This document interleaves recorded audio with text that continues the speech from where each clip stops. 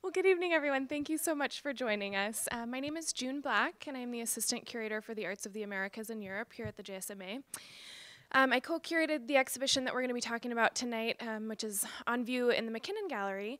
And I hope if you haven't seen it yet, you'll come upstairs with us afterwards. It's just on view for a few more days, closing on May 25th. And I also wanted to let you know about an artist talk that we're having next Saturday with artist Vanessa Renick. We have two of her exhibitions on view right now. The first is in the Artist Project space. It's an installation with some fun refrigerators. It's called Hunting Requires Optimism. And upstairs, off of the Barker Gallery, we've got an exhibition called Medusa Smack. But so tonight we're going to be hearing about Josefine Allmayer, and I have the privilege to introduce Professor Sherwin Simmons, who's a professor emeritus in the Department of the History of Art and Architecture. And I had the pleasure of studying with him while I was doing my graduate work, so I can tell you that you're in for a treat this evening, and I hope you'll join me in welcoming him.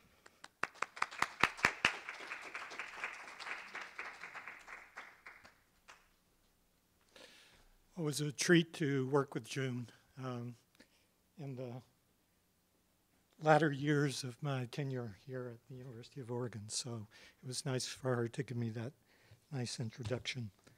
I'm just going to go ahead, and I think this will probably run about 40 minutes, and then maybe we could have some questions and also go upstairs and look at the exhibition if you so desire. The exhibition of paper cuttings by Josefina Allmayer that has been on view in the John and Ethel McKinnon Gallery from March 4th to a few days from now, May 25th, has clearly been conceived as a foil to the large exhibition, Emancipating the Past, Carl Walker's Tales of Slavery and Power, that was installed in the Barker Gallery over the first months of this year. So the smaller exhibition reveals that our museum holds in its permanent collection examples of the traditional crafts of paper and silhouette cutting, studying and questioning of which, so these are the two exhibitions, study and questionings of which helped launch Carl Walker's career when she, in 1994, exhibited at New York City's Drawing Center her first large-scale cut paper silhouette mural entitled Gone, a historical romance of a civil war as it occurred between the dusky thighs of one young negress and her heart.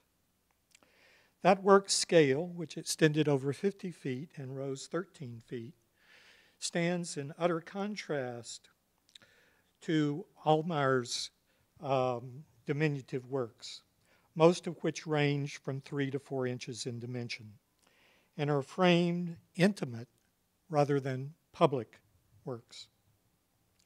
Their difference in content is just as great, for while Walker presents powerfully grotesque and personal retellings of the vexed and violent history of racial relations that challenge and wrench conventional historical narratives, Allmayer produced sentimental images that confirm beliefs about the beauty, order, continuity, and sacredness of Austrian life and culture. However, she could also invent, as in her image of an elk's interest in the image of the crucified Christ housed in a religious shrine that the animal has come across in the forest. I think, however, that we can agree that Walker's imagination is of a completely different order in the formal and expressive complexity of cut, the image of a woman who has sliced her wrist with a razor and whose tumbling in space matches our own disoriented response, just as the imagery can stand as a metaphor for Walker's larger artistic project, as Jesse DiTillo aptly suggested in a previous lecture in this room. What I'd like to do in my talk this afternoon is to first provide some general information about Josefina Allmayer, and the acquisition of her works. Then to talk briefly about the history of paper and silhouette cutting in Western culture. And finally, to frame Allmayer's work within a rise of interest among avant-garde artists during the early 20th century in silhouette cutting, an interest that has returned at the end of the century among artists of Walker's generation. Josefina Allmayer was born in 1904 in Kierling, a small town north of Vienna. She was the oldest of 5 sisters, whose father was a paper cutter and mother was a nurse. Soon after her birth, the family moved to Vienna, where Hans, her father, hoped to find more work, but soon began to earn extra money cutting silhouettes that he sold in bars. Josefina is said to have taken up the technique around 1910, these pasted silhouettes likely being early examples of her work.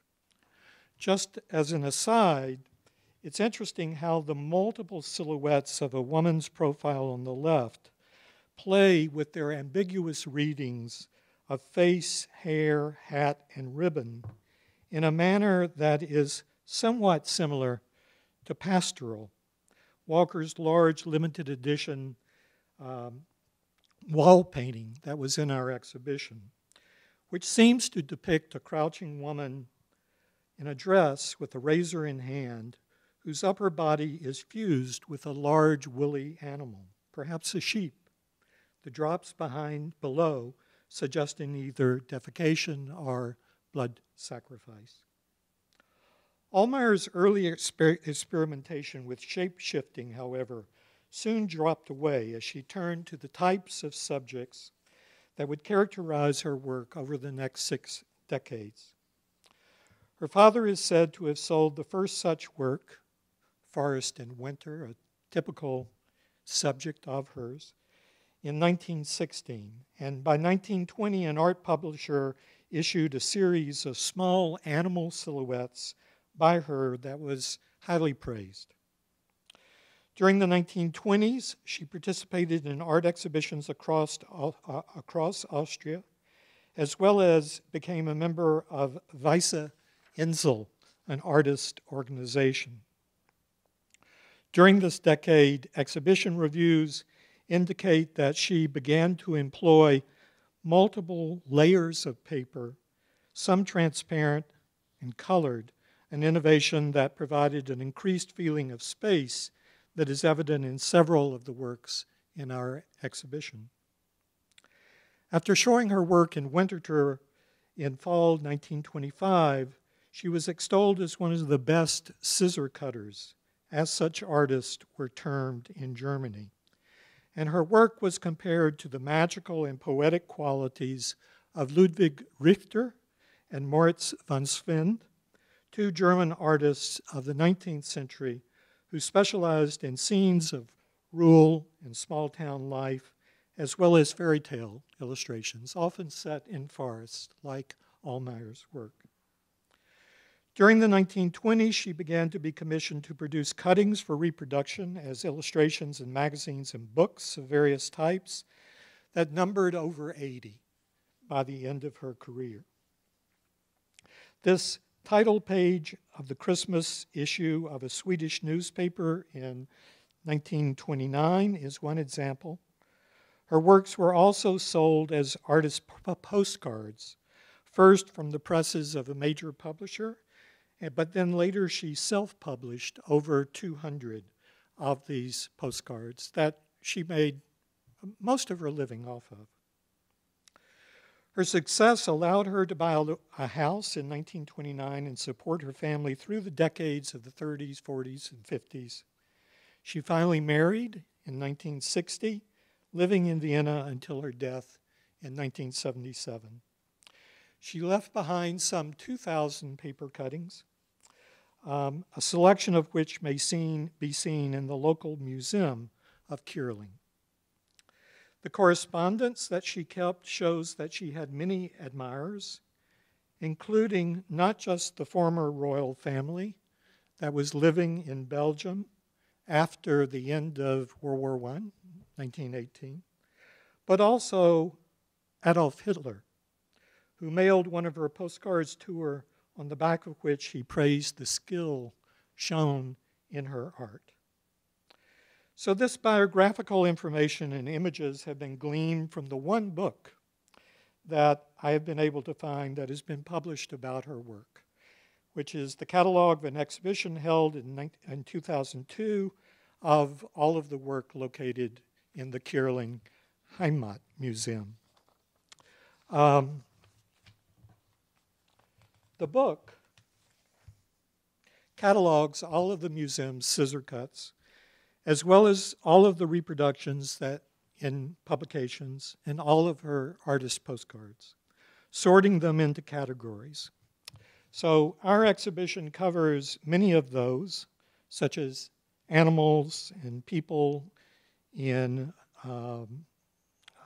nature, famous personalities of the past, saints and other religious figures, and rural landscapes, such as that wonderful cutting of the plow still in the field under snowfall. Some of the others listed in the catalog under these categories are flowers, specific fairy tales and episodes of storytelling, particular churches and grottos, images of various professions and guilds, and biblical events such as here, the expulsion from paradise and the sacrifice of Abraham, and also calendars, as you can see in these printed examples here. Such a catalog, as well as the surviving correspondence, suggests that there are collectors who focus on Allmayer's work. So perhaps a few words about the source of the works in our museum's collection are in order. They were donated in 1962 by Mrs. Fred Crutchley, a member of the Friends of the Museum. Wallace Baldinger, who was the museum's director at the time, asked her to write a letter about how she acquired the works. And in it, she indicates that she had been born in Vienna but had moved to the United States, but then returned to Vienna in 1961 to visit a younger sister who still lived there, and was part of a group that visited Allmayer's studio where, over the course of a long evening, the artist told the visitors the story of her life and showed them her own work as well as the work of her father. Mrs. Crutchley wrote in the letter, quote, "Whoever views her phenomenally delicate works is enraptured with them, but finds words difficult to describe them. And as they study them, they find new, minute details, delicate halos, which meet and touch, unbroken, eyelashes, fur needles, spider webs. Nothing is too small." So impressed by the craft of representation through these delicate paper cuts, she purchased a number of works with which she returned to Eugene. However, during the visit, Allmayer asked her to recount an unforgettable dream and a memorable experience. Her dream was one that she had had in Eugene, in which she was walking her childhood street in Vienna and saw a wreath-like object lying on the sidewalk. Approaching it, she thought how fortunate people living in Christ's time were to have actually seen him. And then she stooped to pick up the wreath. Christ suddenly appeared to her and said, "Do not touch it." Her reported memory was one of hiking in the Vienna woods and then sitting and playing her guitar while humming a tune. A rabbit appeared as an audience, then disappeared, only to reappear, in Mrs. Crutchley's words, with Mrs. Hare. Continuing, quote, a few seconds I felt very happy, and then floppity-flop, both were gone. Crutchley reported that in March of the next year, Allmayer mailed to her these two cuttings inspired by those related experiences of the dream and also the experience in the woods. So Allmayer's biography and the story of our work's acquisition indicate, I think, how little she and Walker really share, other than the tradition of paper and silhouette cutting. Since I've been unable to find much about that tradition in Austria during the years prior to and during Allmayer's career, it's hard to judge how unique her work was at the time, although certainly the remarks about it that I've shared with you show that it was highly respected for its skill. I suspect that it fits within an ongoing tradition of domestic craft that was paralleled by a more avant-garde use of the silhouette at the beginning of the 20th century, which I will address at the end of this talk. But let's first turn to a brief history of that tradition in the West and help contextualize both artists. Decorative paper cutting, known in English and German as calligraphy, and I could not find this in my Webster's dictionary. So, June, your use of it in the description was informative. But it is a term that you find, used on the web to describe paper cutting. In French, it's known as découpage. These traditions are said to have appeared in Europe during the 17th century at a time when paper was still handmade and expensive. The decorative designs were initially cut with knives and often associated with handwritten religious text, are used as frames for painted devotional images. They are said to have begun to be cut with scissors in Holland, often used to embellish documents.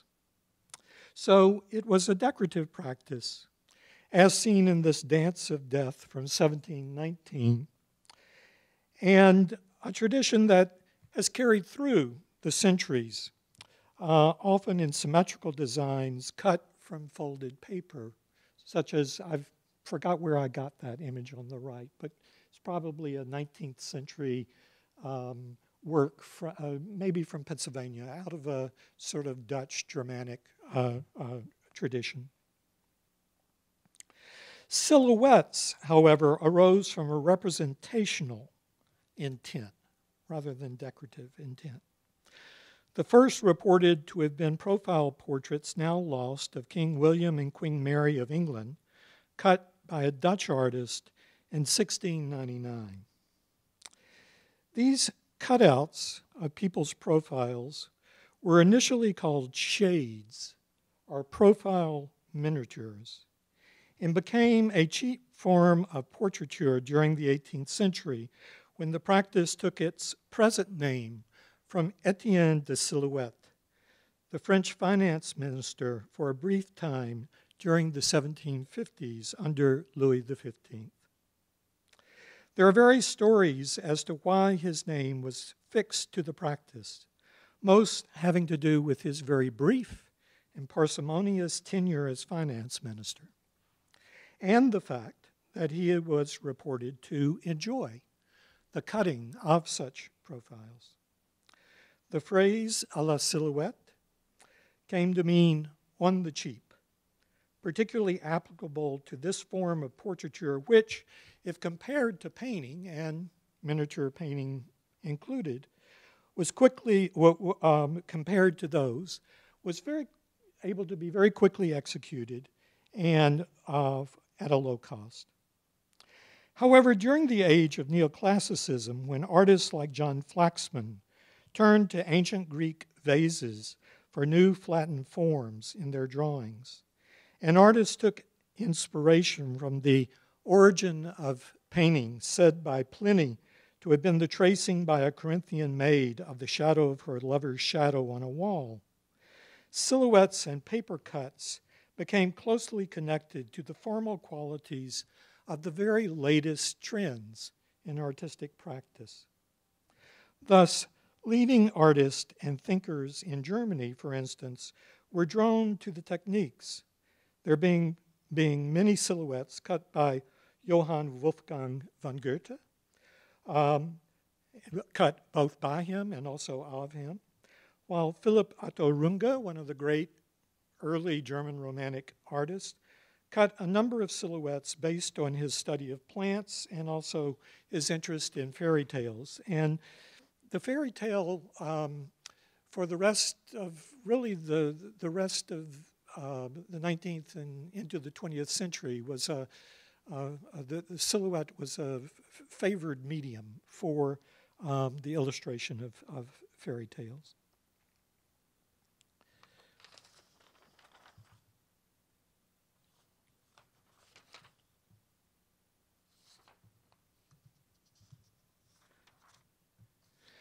However, there was another reason for the increased interest in silhouettes during this period, that being the publication between 1775 and 78 of Physiognomic Fragments, 3 volumes by Johann Caspar Lavater, a Swiss pastor and poet.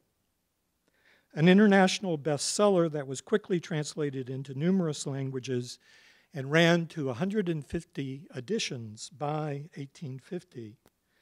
The books proposed that the human soul could be discerned through the close study of the face. Since the silhouette was considered the most accurate means of recording facial features, the volumes were profusely illustrated with such profiles, with Lavater also illustrating his patented design for a chair that would hold the sitter securely for a recording of the face's outline. Various silhouettes were submitted to geometrical analysis of the slopes and angles of the face's features, which, according to Lavater, could help him and others discover the principles of physiognomic science, the ability to read characteristics such as intelligence and stupidity through the measurement of those features. Lavater's theories were quickly ridiculed by Georg Christoph Lichtenberg in Fragments of Tales, a contribution to Physiognomic Fragments, a satire of 1783 in which he drew silhouettes of fabulous animal tales and proposed them for analysis. While another critic noted, Lavater idealizes the familiar and praises what he knows, but finds deficiencies in the faces of Africans, Laplanders, and Tartars. Despite such critique, however, Lavater's pseudoscience continued to have influence, as recounted in such recent books as Physiognomy and Profile, Lavater's Impact on European Culture, and About Face, German physiognomic thought from Lavater to Auschwitz. I would imagine that Lavater's claim of truth in relation to the silhouette held appeal for Carl Walker for the way it exposed the untruthful nature of representation, encouraging her to mix, to displace and mix given social meanings of representations of race, class, and gender, using them to create her own grotesque narratives about such historical issues while embedding herself, as well as her viewers, in their psychological and social complexity. During the initial period of broad popularity in the late 18th century, the silhouette took many forms and was produced with varied means and materials. Tracings of profiles were often produced with the aid of a machine that was commonly called a pantograph, but were also cut freehand. Various types of paper were used, initially having to be blackened with soot or the residue of burned bones. However, by the early 19th century, commercially prepared paper was available in black and other colors, and special scissors had been designed and were for sale for cutting. Many silhouettes, however, were painted. Francis Torrond, a Frenchman working in London, being one of the earliest professional artists to paint silhouettes, beginning to work around 1780. As with many silhouette specialists, little is known about his life, but the works that remain were painted on laid paper with India ink. Many small details, such as the lace in the hair and the dress of the lady feeding the bird on the right, were drawn with a quill. He often represented a full domestic setting around his silhouettes, linking them to the 18th century tradition, or genre, of the conversation piece, an informal group portrait, often of families and friends engaged in genteel conversation or some leisure activity. Silhouettes were also produced as miniatures, often on ivory, many of which were incorporated into jewelry, such as brooches and bracelets, or articles of use, such as card cases and snuff boxes. Some were images of deceased relatives, but they were also given as tokens of love, sometimes as part of the engagement process. During the first half of the 19th century, silhouettes had become a familiar part of life in both Europe and the United States, being produced by both professionals and amateurs. Many of the initial silhouette artists in the United States were immigrants. Some practiced in the large eastern cities, where the relatively cheap process was the primary means that other poor immigrants, through which they could secure a likeness of themselves. Others struck out across the country as itinerant portraitists, the most famous being Augustin Edwarde.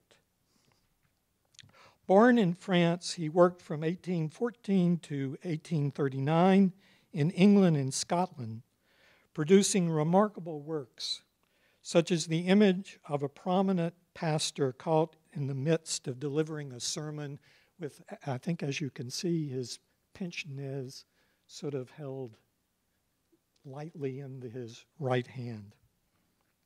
Incredible kind of detail in these. That is part of what attracts our admiration for them.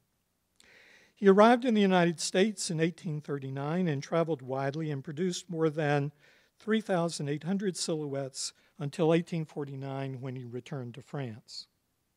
While Edwarde cut his silhouettes freehand, he often added sepia wash to the paper on which he mounted them, providing landscape and domestic settings for his often complex groupings of figures, which sometimes are quite astounding, as in the presence of the skulls, collected ancient animal skulls under the table on the right. So these are fairly unique features which serve to make his silhouettes among the most prized for collectors. More of his work has survived than most 19th century silhouette artists because he cut duplicates of his work, which he pasted into over 50 volumes or albums. Although many were lost when his ship wrecked during his return to France in 1848, some, such as the one pictured here, were saved. Since his silhouettes provide a record of everyday life in the United States during the 1840s, one finds representations of Afro-Americans in his scenes, as in this complicated work that depicts a family delighting in a magic lantern show, and in which one can find an Afro-American servant standing in the doorway at the extreme left edge of the work. Now, often mentioned, as Jessie DiTillo, I think, said in her earlier lecture, often mentioned in essays about Carl Walker's work, is the existence of an Afro-American by the name of Moses Williams, who cut silhouettes during the early 19th century. Charles Willson Peale was among the most famous of early American painters, having studied with John Singleton Copley and then with Benjamin West. He eventually settled in Philadelphia, where he painted many of the leading figures of early American history, such as George Washington and Thomas Jefferson. In addition to being a painter, however, Peale also had an intense interest in natural history and organized numerous scientific expeditions from which he built a diverse collection of botanical, zoological, and archaeological specimens.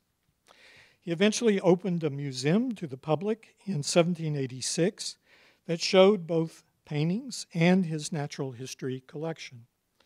And in 1802, he acquired a machine for the cutting of silhouettes, and visitors to the museum could pay 8 cents to have their profile cut and receive 4 copies of that profile, leading to, a source says, 8,500 silhouettes being cut in the first year of the machine's operation. So apparently this museum had good records.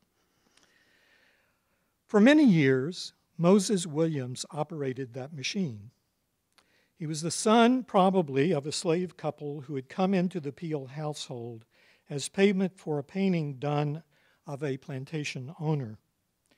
But they were freed by Peale at age 28 under legislation that Peale had pushed in Philadelphia.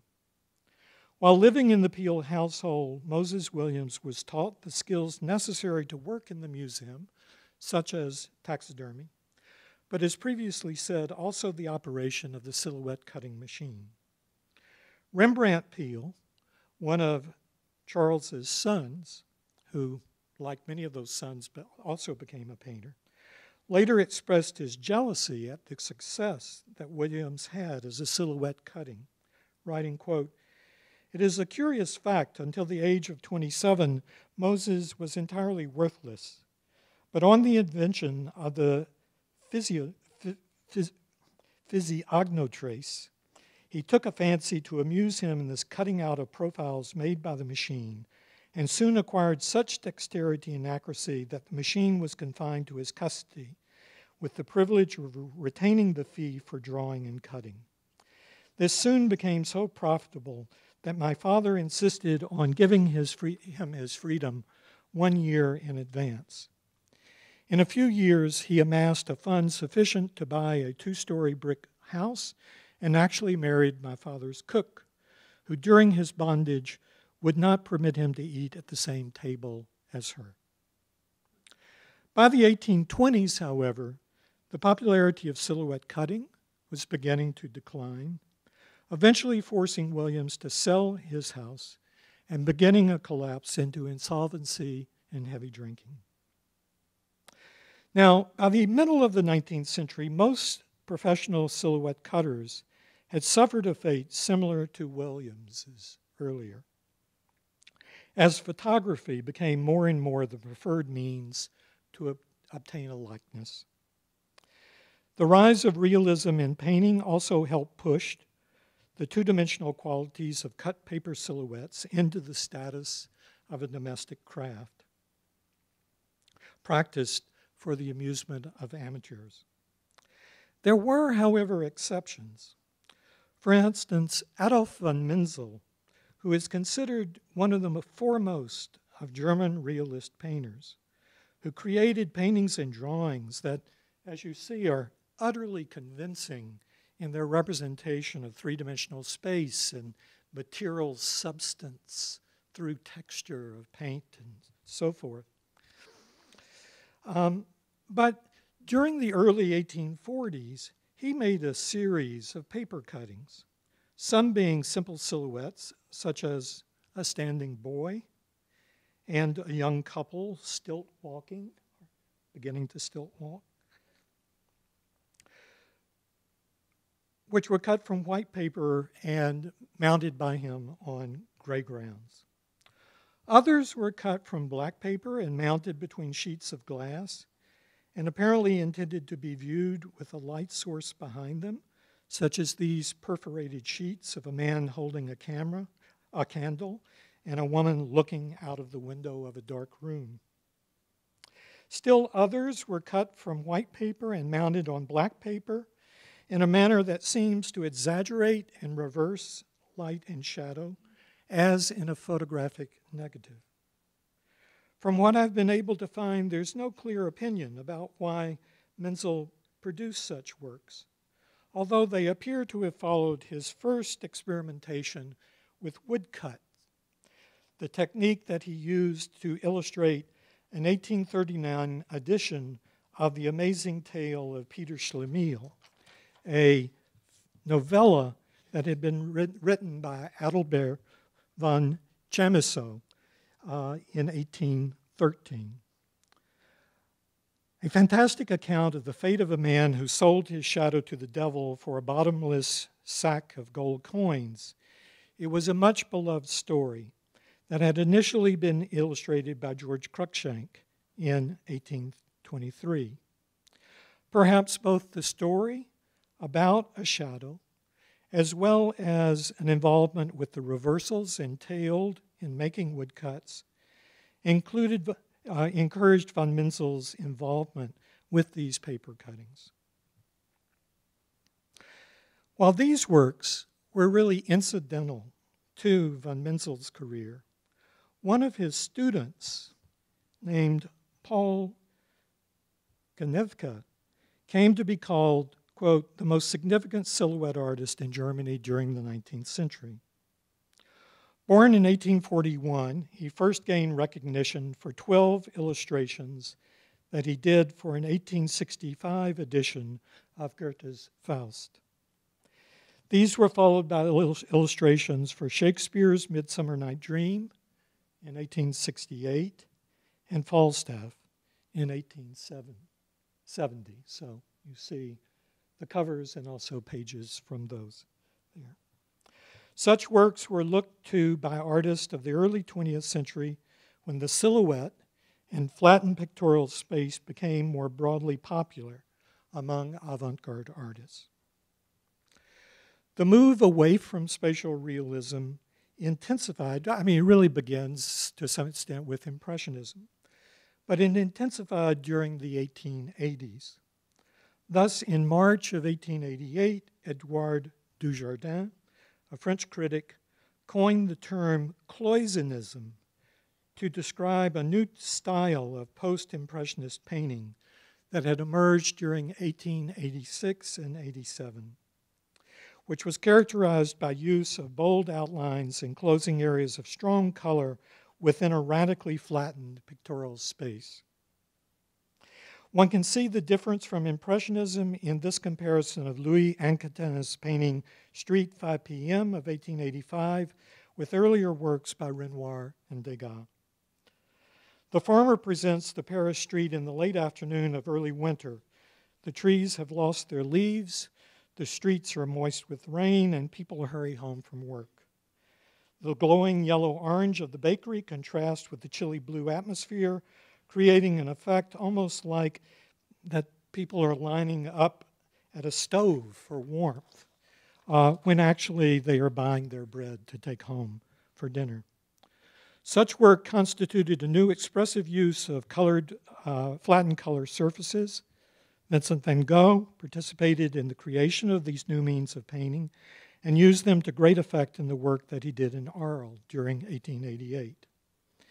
The artist involved turned to new sources of artistic interest, such as medieval cloisonné enamels, but also stained glass, Japanese prints, and crude woodcuts that had been sold en masse to the peasantry during the 19th century. However, the silhouette was also of renewed interest, prominently seen, for instance, in Henri Toulouse-Lautrec's first poster for the Moulin Rouge, a new dance hall that had opened in Paris in 1891.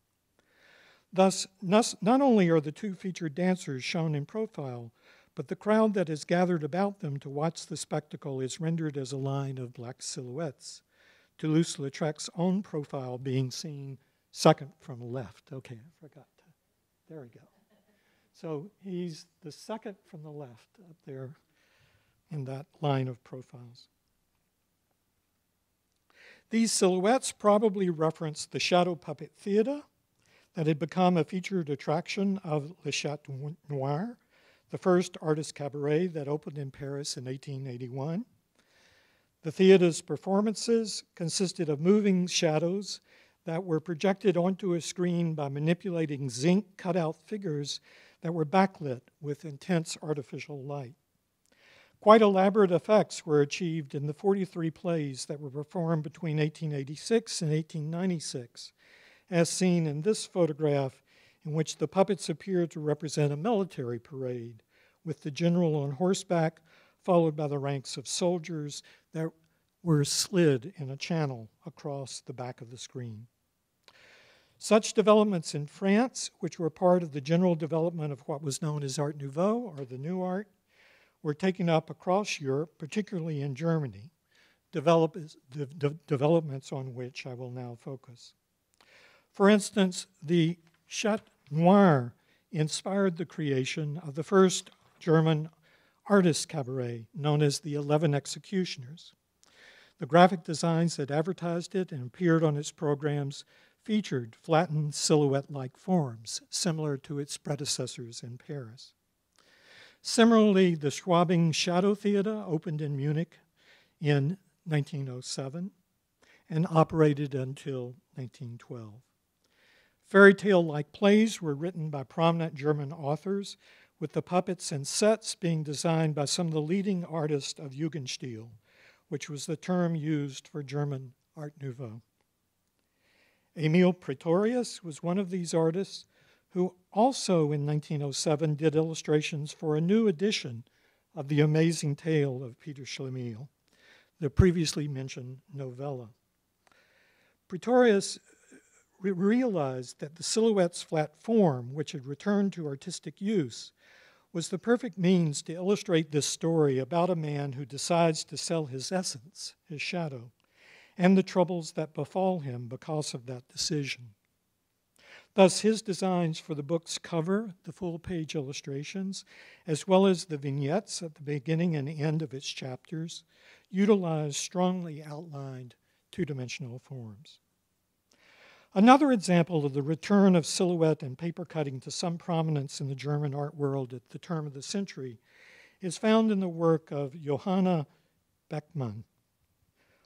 Born in 1868, she is reported to have done her first scissor cuttings as a child.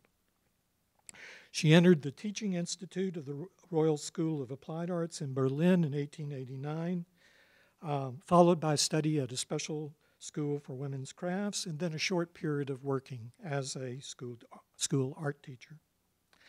The type of work that she was producing in the early 1890s is seen in this cover of a women's magazine, designs that could serve as models for its readers. The pattern ornament shows an interest in botanical form that would continue throughout her life, but was manifested during the 1890s in the naturalistic illustrations that she did for a magazine entitled Garden World. The stylization of botanical forms in the 1892 scissor cut still manifests a revivalist characteristic in its patterns, similar to that found in the ironwork and carving on this 1895 buffet by Richard Riemerschmid. However, she soon, like Riemerschmid, began to explore a range of invented sinuous curves, often based on plants, the new style of applied art known as Jugendstil. Such forms were found in the plates and vases that she designed for the Royal Porcelain Factory in Berlin, where she began to work in 1897. And aspects of that style were soon found in the scissor cuts that she was continuing to produce and were drawing increased public attention. I mean, she was given an exhibition of these at Berlin's most prominent art gallery in 1896. Around this time, her new style of scissor cuttings began to be frequently reproduced in popular magazines, often as illustrations to fairy tales. And you can see how intricate these things are. I mean, they're absolutely amazing, even perhaps more so than Allmayer's. She published her first book in 1905, which consisted of her own fairy tale-like poems with silhouette illustrations. There were 20 of such books over the course of her career. She died in 1941, the most significant in her eyes being one entitled Vom Zufrieden werden, which was first published in 1910 with further editions in 1921 and 32. Among these books was Die Schwarze Kunst, a book about her practice of silhouette cutting that appeared in 1911. I tried to get that book, but isn't in the United States. However, she also did illustrations for other authors, ranging from Goethe's poetry to, one would guess, Hans Christian Andersen's fairy tales. Her popularity was such that during the First World War, she was commissioned to produce picture sheets, purchase of which supported drives to raise money for war orphans. After the war, although she continued to publish occasional books, most of her income was earned from having her silhouettes reproduced as greeting and postcards, as in this image of Santa Claus. During this period of the war, the silhouette also began to be given new life in a new medium, the animated film. Lodi Reininger was the key figure in this development. Born in 1899 in Berlin, she was fascinated as a child by shadow puppets and built her own theater to entertain her family and friends. She was simultaneously drawn to the cinema and attended a lecture by Paul Wegener in 1915 that helped propel her into an active involvement with film. Wegener had spent the early years of the 20th century working as an actor in provincial theaters, which led in 1905 to his appearance in a film that was seen by a talent scout for Max Reinhardt, the director of the Deutsches Theater in Berlin. Reinhardt, unlike many of his fellow theater directors, had become interested in the new medium of cinema, shooting his first film in 1910. Wegener was similarly attracted, and in 1913 starred in and helped direct The Student of Prague, a story about a student who sells his reflection to a mysterious doctor for gold and ends up shooting that reflection and thereby killing himself. The film's hand coloring and special effects demonstrated the magical transformation of reality that the film medium made possible, and it was quickly acclaimed by critics as the first significant full-length film made in Germany. The Student of Prague was followed by The Golem, a story about a clay statue brought to life by a rabbi in Prague to monstrous effect. And Reininger later wrote that she had been enchanted by both of these films, which provoked her to attend the 1915 lecture in which she wrote, Wegener discussed the fantastic possibilities of the trick film. Reininger quickly joined the artistic circle around Reinhardt and Wegener. While studying acting, she began to cut silhouettes of the actors in the characteristic gestures of their roles, works that began to interest Wegener because of his puzzling over how silhouettes might be used in film. This is one that Reininger cut for possible use in as an inner title. It was not used in one of Wegener's films of 1916. And here you see silhouettes that were actually used in Wegener's The Pied Piper of Hamelin of 1918. This led to her joining an experimental film group called the Institute for Cultural Research and the creation in 1919 of The Ornament of the Love-Struck Heart, a short film that manipulated hinged cardboard and lead sheet cutouts on a light table under a camera, filming them in different positions, frame by frame, to enact the involvement of two lovers with an ornamental design that altered to reflect their moods. Over the next few years, she continued to make short films, both her own works of fantasy as well as advertising film. The animated film was one of the major types of advertising films during the teens and 20s. Until in 1923, she was asked to make a full-length animated film. Developing themes loosely based on 1001 Nights, she cut the silhouettes, but the resulting film that took 3 years to complete was a sort of immense group effort with Walter Reimann, one of the other great avant-garde filmmakers of Weimar Germany, doing the backgrounds that we see in these stills from this film.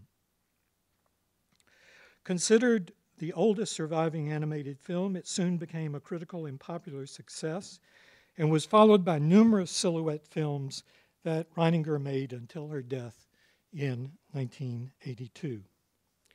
Carl Walker has pointed to Reininger as an influence on her own films, such as the one that was shown during the run of our exhibition.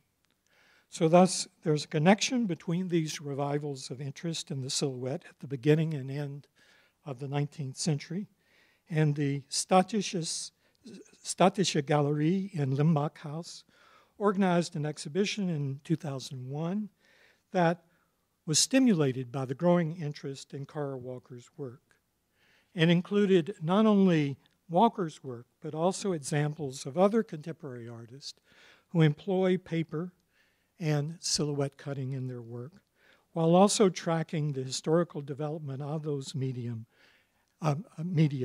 as I've done this afternoon. This catalog is in our art library, and I recommend it to any of you interested in following up on the information about these issues. Thank you.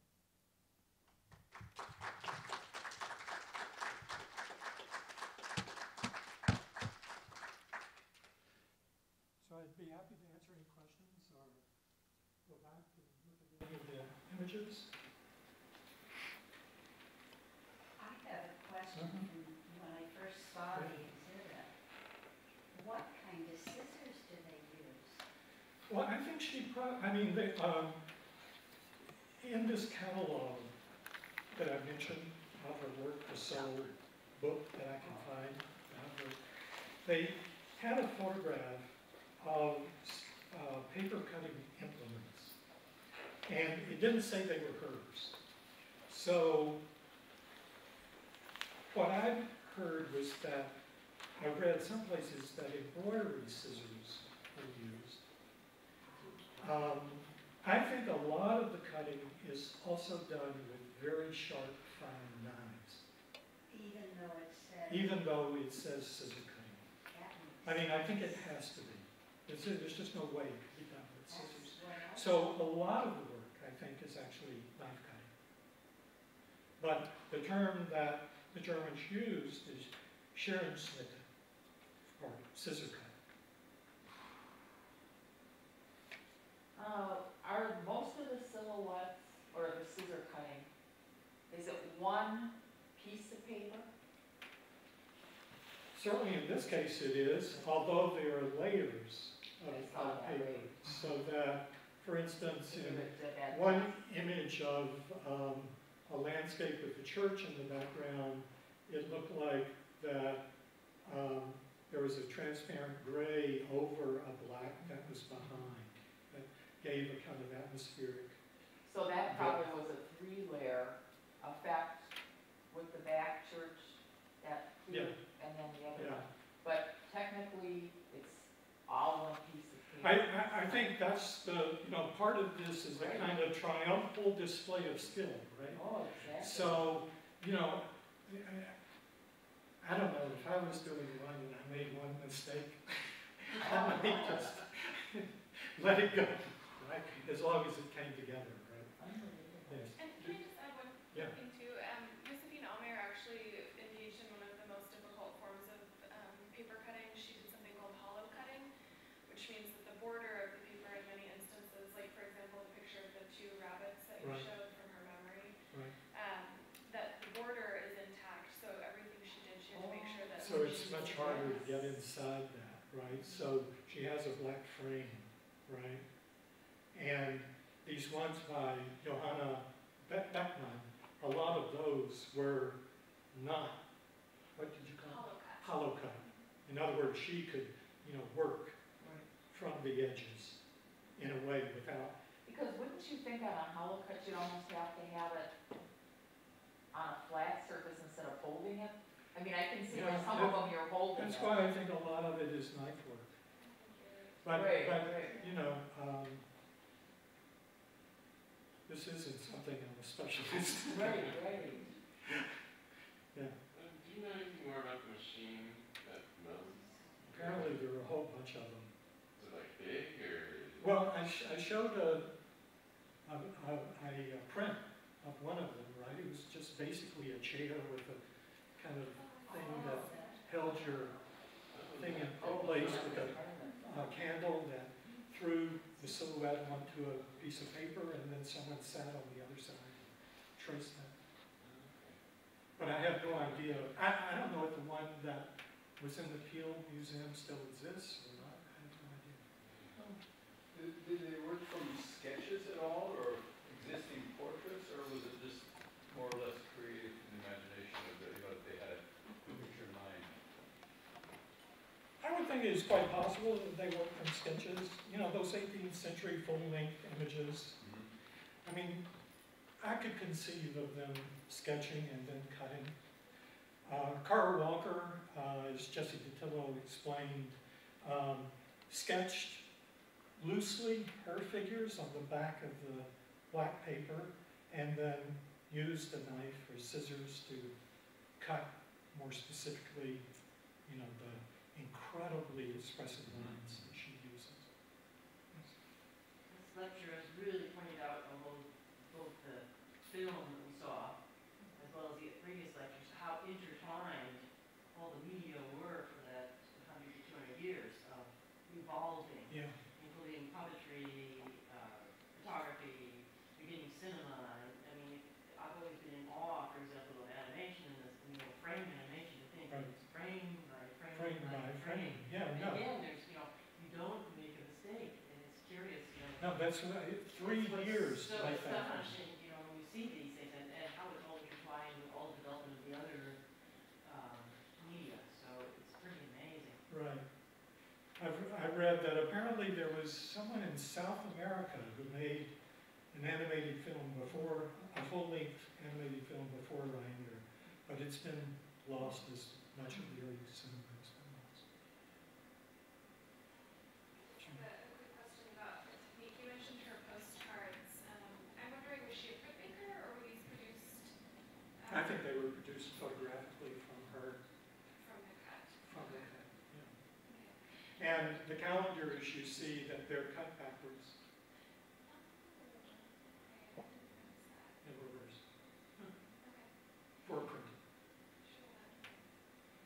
And then one more question too. I know that you mentioned the influence of her father, but I'm wondering if there's any indication in the materials that you read that she was aware of, for example, Johanna Beckman. These other artists, no, I came across nothing about any of them. I mean, I suspect, and in reading about Johanna Beckman, it said that this type of paper cutting was something that one learned in art classes in German public schools, you know, like embroidery. So I think in many ways it had become maybe somewhat of a female domestic craft, but I'm not absolutely sure on that. I mean, I tried to get, you know, as many books as I could, but there just isn't a great deal. Probably you did too.